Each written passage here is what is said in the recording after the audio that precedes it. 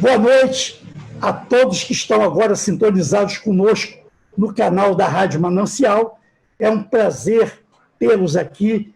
Hoje a gente está fazendo um pouquinho diferente, porque normalmente a gente faz aqui as nossas lives às terças pela manhã. Mas hoje, pela importância do tema e das pessoas que trouxemos para essa conversa, nós estamos fazendo nesse dia e nesse horário noturno. Nós vamos falar de um tema que talvez você ainda não tenha entrado, internalizado isso, entrado no seu cotidiano, mas é muito importante que você tenha consciência do que isso seja. E a gente vai tratar disso mais ou menos abordando um segmento específico, que é o idoso. Nós vamos falar de cuidados paliativos.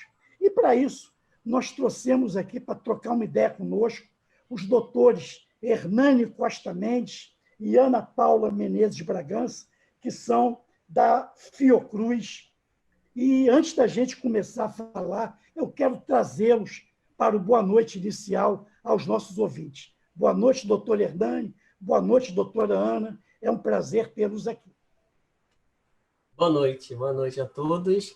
Eu quem agradeço o convite, é muito bom falar para a comunidade de uma forma geral sobre esse tema.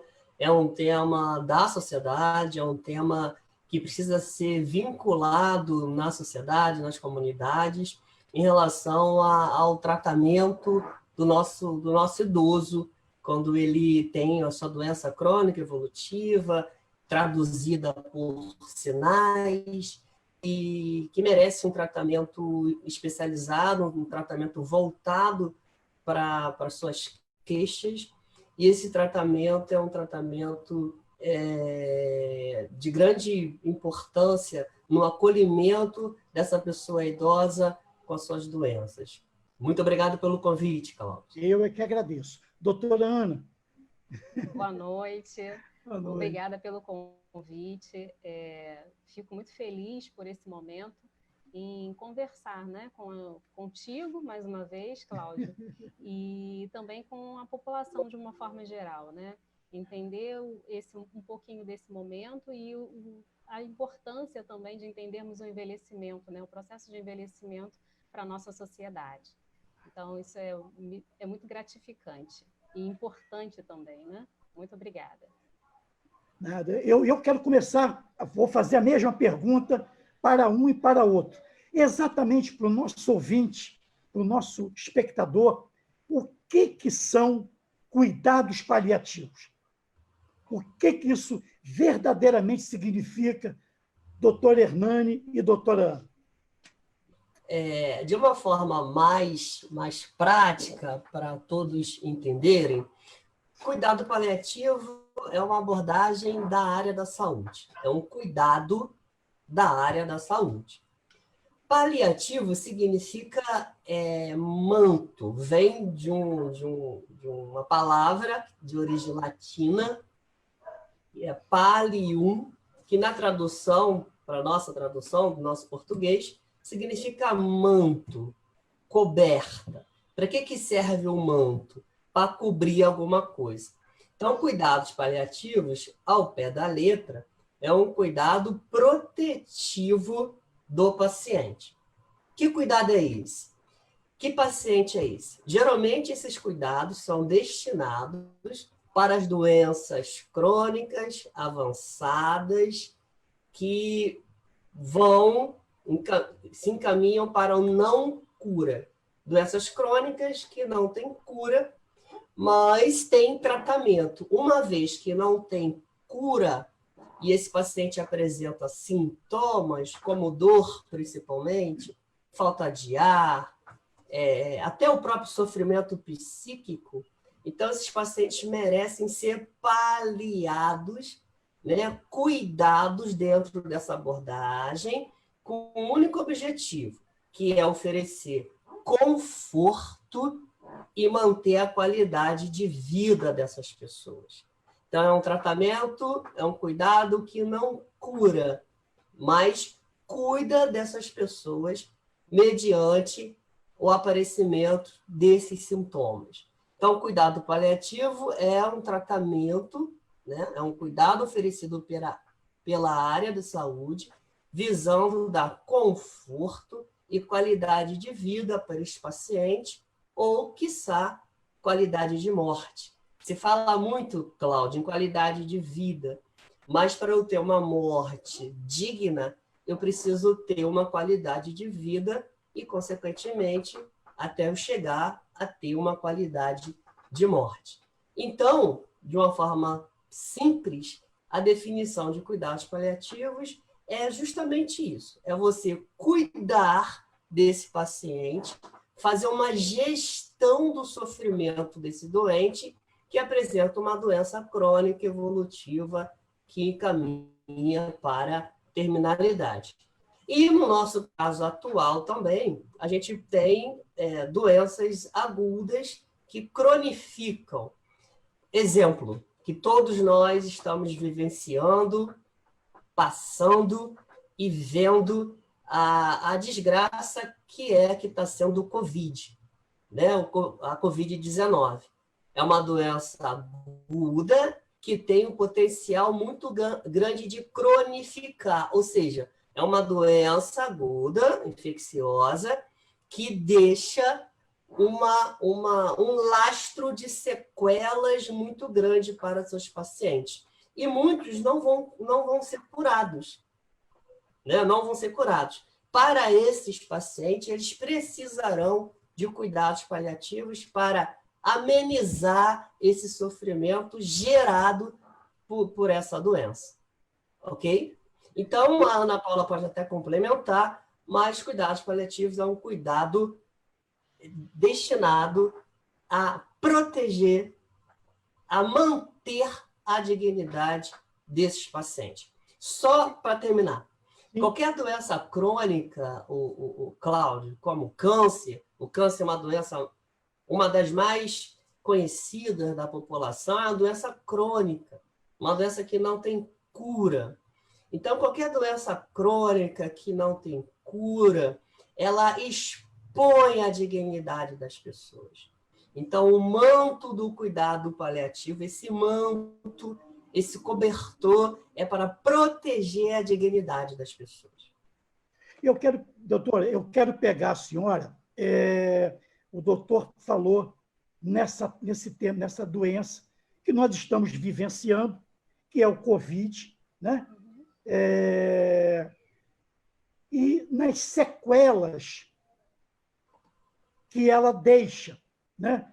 Tanto físicas, quanto mentais, como emocionais. E o que eu quero perguntar à senhora é o seguinte: como o idoso e nós podemos, digamos, nos defender melhor, proteger melhor nossas emoções, nossos sentimentos, até o nosso físico, nesse tempo de Covid, evitando ou diminuindo o impacto das sequelas que poderão e podem ocorrer. Primeiramente, pensar que a gente precisa seguir alguns passos, esses que a Organização Mundial da Saúde vem preconizando, de isolamento, de proteção individual e coletiva também, mas a gente sabe que nem sempre é possível esse isolamento, né? Principalmente em lugares que moram muitas pessoas. Mas é um isolamento físico, mas não o isolamento social. Então, a gente pode utilizar as mídias para justamente atenuar essa sensação de distância das pessoas, né? O que não necessariamente estar em um ambiente, significa que a gente vai estar sozinho, né? A gente pode utilizar as mídias como muitas pessoas têm utilizado, as lives têm sido um momento também para isso, né? De descobertas, de conhecimento de si e também de outras questões, né? Então, assim, eu tenho acompanhado algumas lives da rádio, da Manancial, e os temas tem trazido um pouco isso, né? De você se conhecer, de você ampliar também um pouco essa questão, não só social, mas também espiritual, se conhecer, trabalhar um pouco a sua espiritualidade, trabalhar o seu autoconhecimento. Isso ajuda muito, não só num processo, né, de tratamento, mas também no processo de vida, né? Porque muitas pessoas estão tendo dificuldades nesse processo também de pandemia, porque a vida estava sempre fora de casa.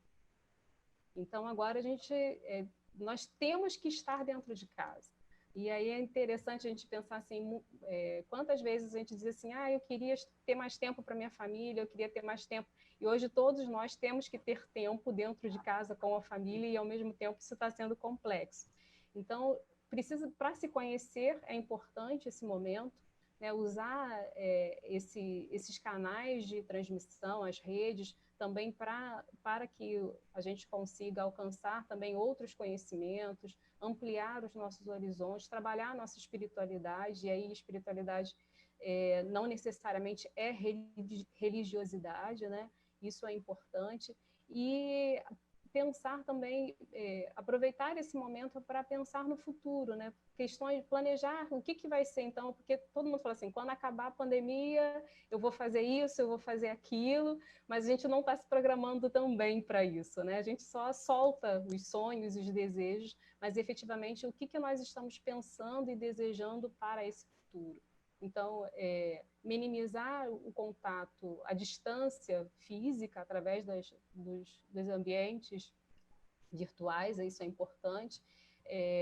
Ligar para as pessoas que a gente ama, né? Ouvir música, ler um livro, ou ouvir o culto pela internet, ou buscar formas de não se sentir tão isolado do mundo, porque a gente também recebe muito bombardeios de informações, de notícias sobre a Covid, e se a gente ficar o tempo todo só ouvindo essas notícias, a gente vai realmente deprimir, e cada vez que a gente ouve, né, os números aumentando, e sabemos que os números não são só números, são pessoas, então isso também nos traz um impacto emocional muito grande. Então, buscar outros caminhos.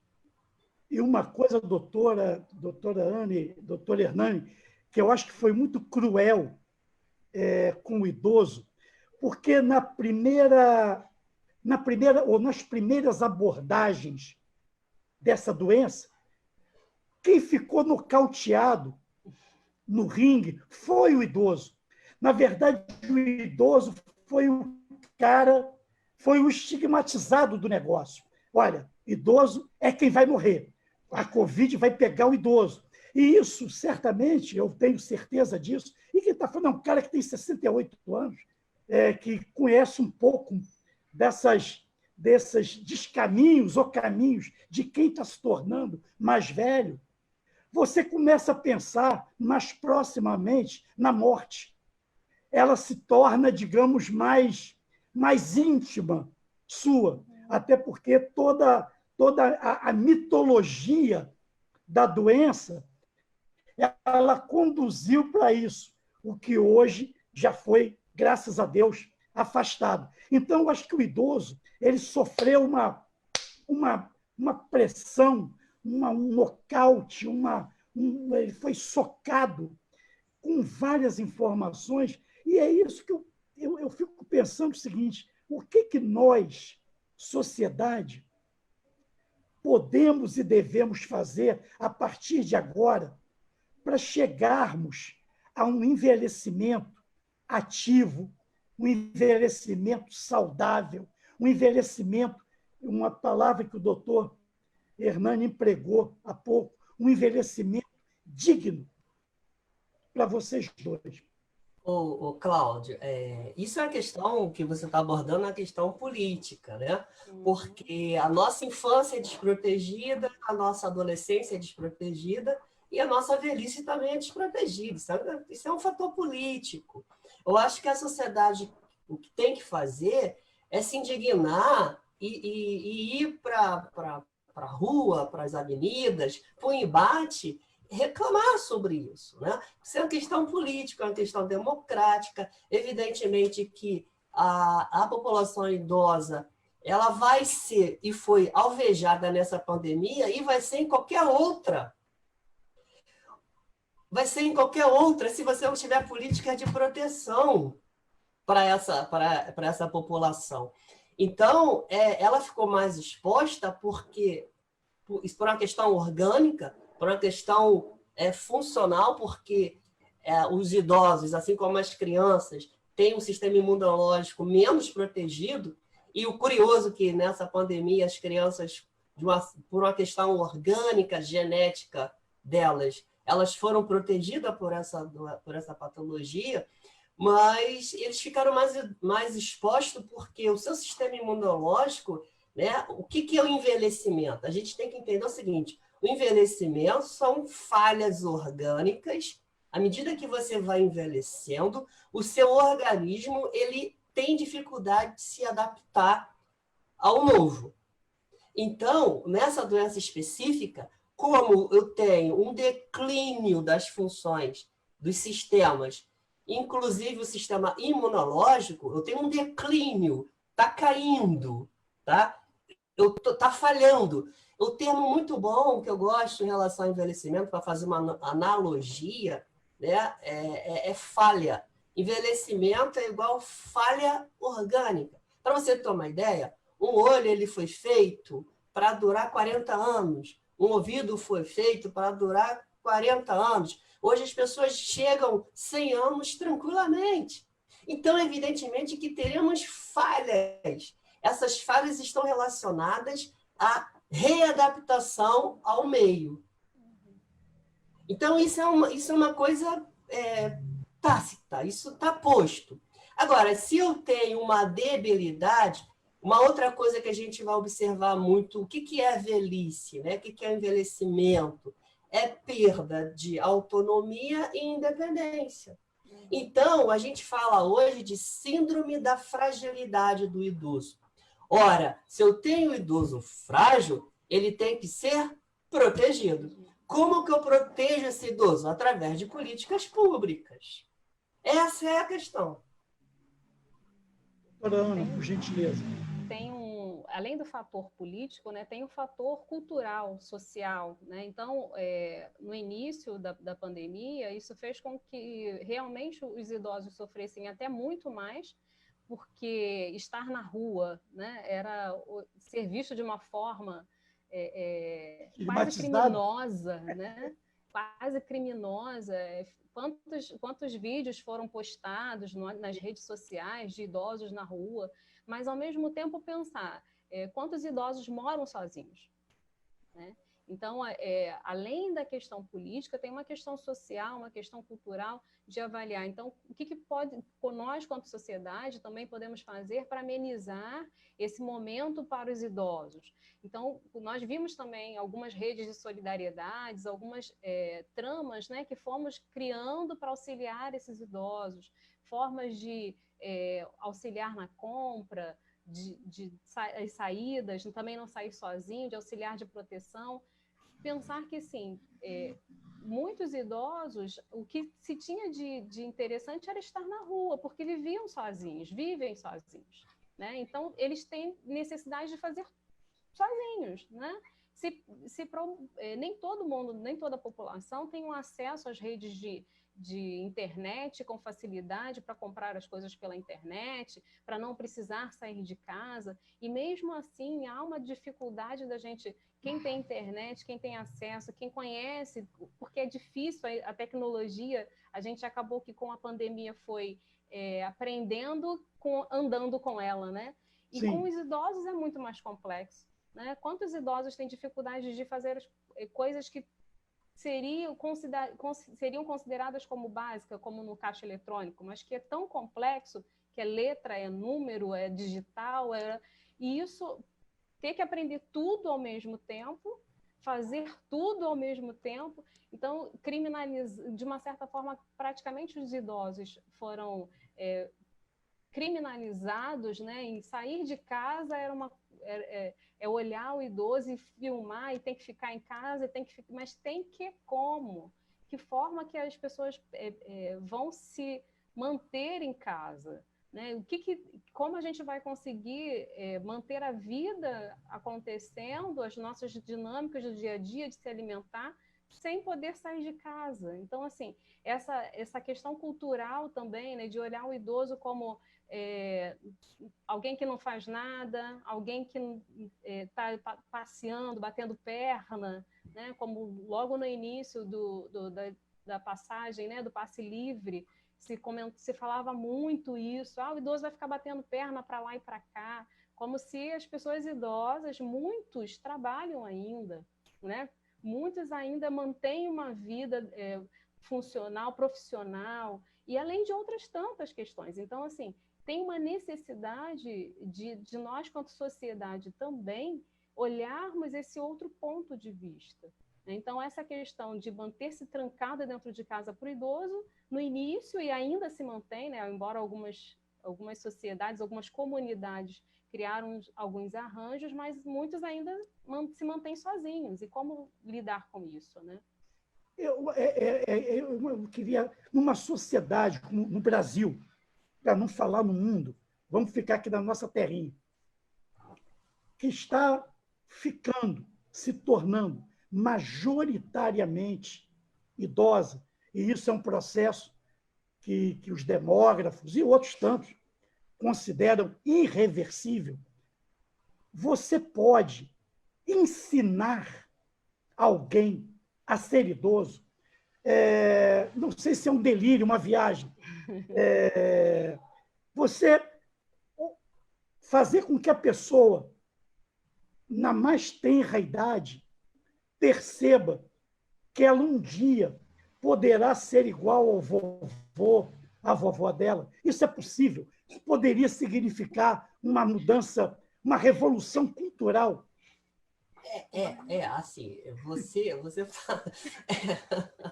É até muito interessante essa questão, assim.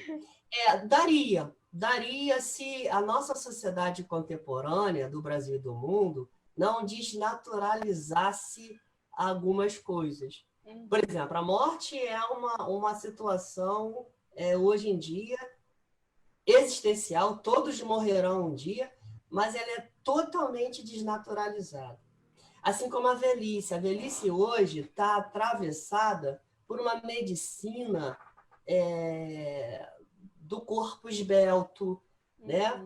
Dentro da linguagem da medicina, a gente fala que ocorre hoje uma questão chamada medicalização da vida. Ninguém quer mais envelhecer. Então, a velhice está sendo atravessada pela pós-modernidade, ou seja, pelo esse afastamento da velhice da vida. Se eu afasto a velhice da vida, eu afasto também a morte. É por isso que se chora tanto a morte no Brasil, porque a morte foi totalmente desnaturalizada.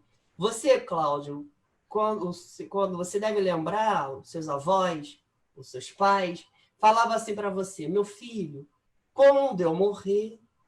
Agora, o que os pais falam para os filhos? Meus filhos, se eu morrer, muda tudo. Muda tudo. Passa do terminal para o condicional. Se eu morrer, você coloca uma condição, né? E nós sabemos que a morte, ela é existencial, ela faz parte da vida. Não tem como correr da morte. Então, como a nossa sociedade afastou a morte, né, da vida, e afastamos também a velhice. Então, fica muito difícil imaginar um jovem, hoje em dia, pensar que um dia vai ficar idoso. Então, assim, se isso fosse possível, seria através da questão educacional e cultural. Não vejo outro caminho. E interessante, você falando isso, né, pensar que daqui a pouquinho, em 2050, teremos muito mais idosos do que jovens. Então, assim, pensar que está ali do lado, né?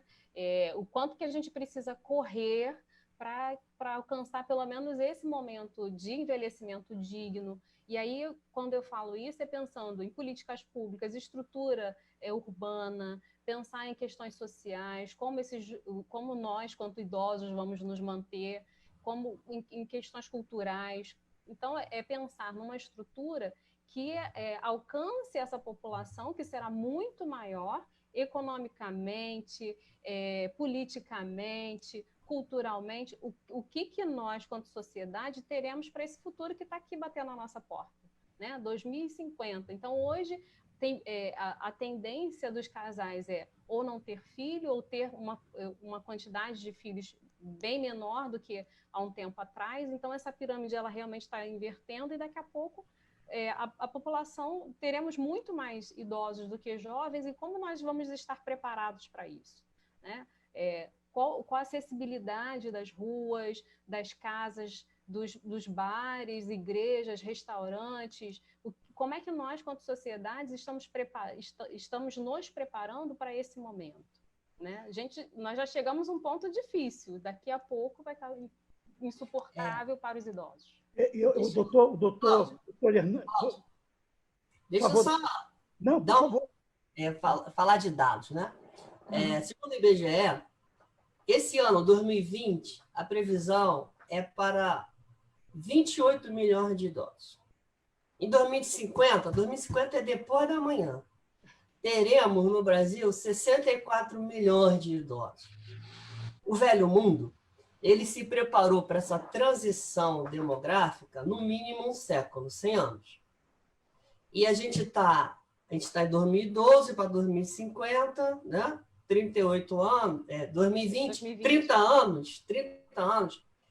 A gente está há 30 anos de chegar nessa inversão da pirâmide, como a Ana Paula comentou, né? O Brasil está envelhecendo, e o Brasil, em relação às políticas públicas sociais de proteção, não tem feito exatamente nada. Eu quero pegar uma fala sua, doutor, até para alimentar talvez esse seu arrazoado.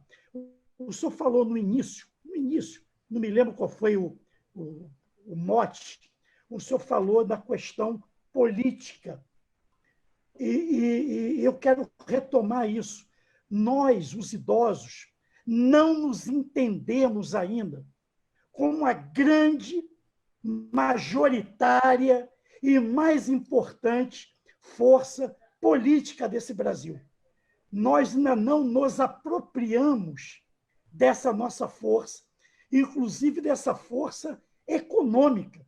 Hoje, o idoso é o grande mantenedor de muitas famílias, né? Porque o idoso tem, né? Ele não está tão sujeito ao desemprego, ele tem lá os proventos da aposentadoria e ele está mantendo o núcleo familiar. Só que eu acho que eu digo a gente, eu estou me colocando aí nesse contingente, nós não nos entendemos como força econômica. Nós nos permitimos ser depreciados, nós nos permitimos ser apequenados, nós nos permitimos ser menosprezados. Eu acho que o dia que o idoso entender que ele tem a força, igual o He-Man, eu acho que... Isso denuncia a idade mesmo. Ele não vai pedir, ele vai exigir política pública consentânea com a sua situação de cidadão. Perdão, mas isso é um projeto. Indignação pessoal. Cláudio, isso é um projeto. O que você acabou de falar é um projeto de país, né? Feito para não reconhecimento, além da questão financeira, como você falou muito bem, tem vários lares no Brasil que são sustentados por aposentadoria ou pensão, né? A gente sabe disso, vários lares.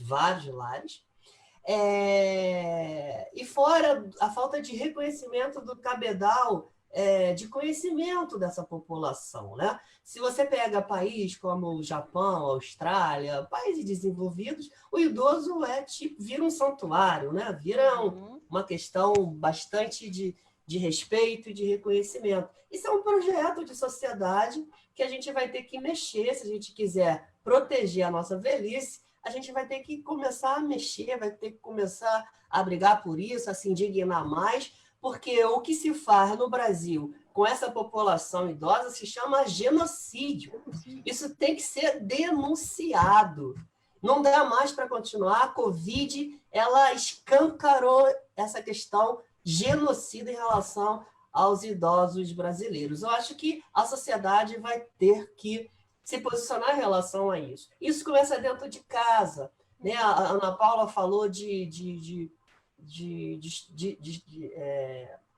vínculo, falou de velhice solitária e tal. Eu acho que o maior patrimônio que o idoso, ou nós, né, podemos preservar, são os nossos vínculos. Tá? A nossa sociedade também vive uma tendência, tem uma tendência muito forte de quebrar os vínculos. Então, você passa a vida inteira achando que é um super-homem, um He-Man, esquece que vai envelhecer, afasta todo mundo do seu circuito, do seu vínculo, e pensa que vai ficar um idoso e vai ficar rodeado de pessoas. Isso é mito. Eu trabalho com pacientes no final da vida, eu visito os pacientes em casa, e você observa muito isso, o idoso morrendo sozinho, tá? Abandonado, também por uma questão social, tudo isso que a Ana Paula falou, mas também tem a questão pessoal. Ele passou a vida inteira desfazendo os vínculos. Então, a doença não deixa ninguém, não faz milagre, nem a morte. A doença não santifica ninguém e nem a morte santifica ninguém. Então, se você quer ter uma velhice digna, tem que ter uma juventude, uma vida madura digna. É você investir na própria vida. Isso. Doutora, eu quero fazer uma pergunta, está caminhando para o final. Eu quero Já? fazer uma pergunta para os dois. Vocês mais ou menos já responderam, mas eu queria ser algo mais... o doutor colocou até números. Qual é a situação atual do idoso no Brasil em relação às políticas públicas de governo e quais as consequências que vocês creem que essa pandemia vai deixar na constituição emocional, psicológica desses idosos? Politicamente, Cláudia, nós temos algumas leis, alguns decretos que trabalham a questão do idoso, né? Mas é tudo muito jovem. Né? A legislação ela é muito recente, o Estatuto do Idoso de 2003, então assim, ainda tem muito que avançar na sua implementação. Temos alguns decretos, leis estaduais, municipais, tem a Política Nacional do Idoso, enfim, nós temos algumas iniciativas políticas na perspectiva do idoso, mas que elas sozinhas elas não vão dar conta. Né? A gente sabe que a legislação sem a ação não muda a realidade. Então, a gente precisa ter essa junção de uma mudança de olhar, de uma educação, de uma cultura e, para além disso, a questão política. Aí sim, a gente casa as duas questões e consegue caminhar esse olhar para a velhice de uma forma mais digna, né? A gente pensar, como você colocou, né, que muitos idosos mantêm a casa e muitos mantêm a casa com benefícios assistenciais, que são benefícios temporários, que por muitas vezes a comunidade, a sociedade ainda olha para isso com um olhar também discriminatório. Né? Então, pensar essa velhice, olhar esse futuro, né? Esse agora e esse futuro do idoso, pensar que a gente precisa ter uma saúde social melhor.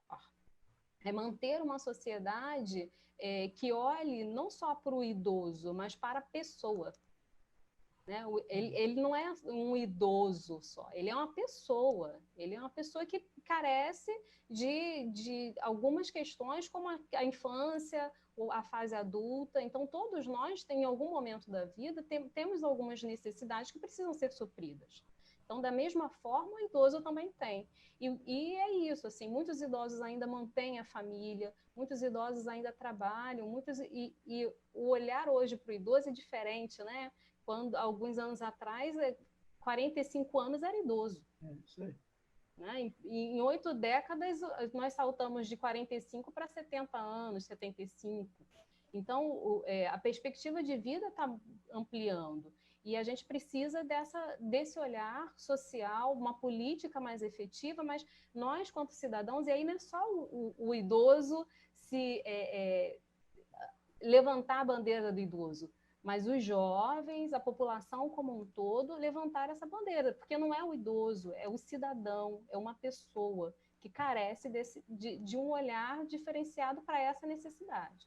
Então, pensar nessa proposta, e aí essa questão da pandemia trouxe para a gente muito claras as fragilidades, as desigualdades, esse momento que quem sofre mais é o idoso, mas qual idoso que nós estamos falando? É o idoso pobre, é o idoso que muitas vezes teve vínculos precários de trabalho, não teve vínculo previdenciário, que acaba precisando de um auxílio emergencial.